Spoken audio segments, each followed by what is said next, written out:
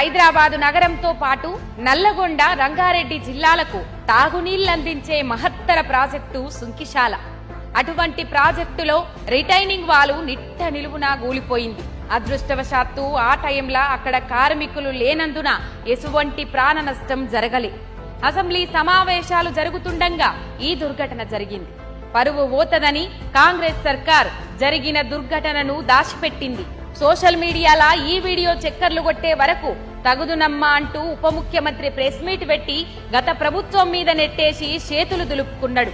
ఇంత పెద్ద ఘటన జరిగితే సంబంధిత శాఖను తన వద్దే ఉంచుకున్న రేవంత్ రెడ్డి విదేశాలల్లా అతని అన్నదమ్ముల ఫేకు కంపెనీలతోని ఎంఓయూలు చేసుకుంటా ఫేకు డ్రామాలు వండిస్తున్నాడు.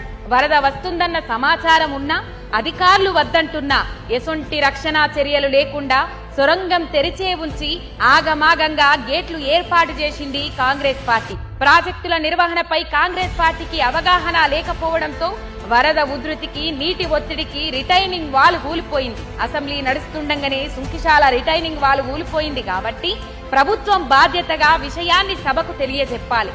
బాధ్యత కలిగిన ప్రభుత్వంగా శాసనసభ్యులకు, ప్రజలకు జరిగిన దుర్ఘటన గురించి చెప్పకుండా దాచిపెట్టి సమాధానం లేని కాంగ్రెస్ మంత్రులు బూతులతోని మహిళా ఎమ్మెల్యేలు అని కూడా చూడకుండా అవమానపరిచిండ్రు.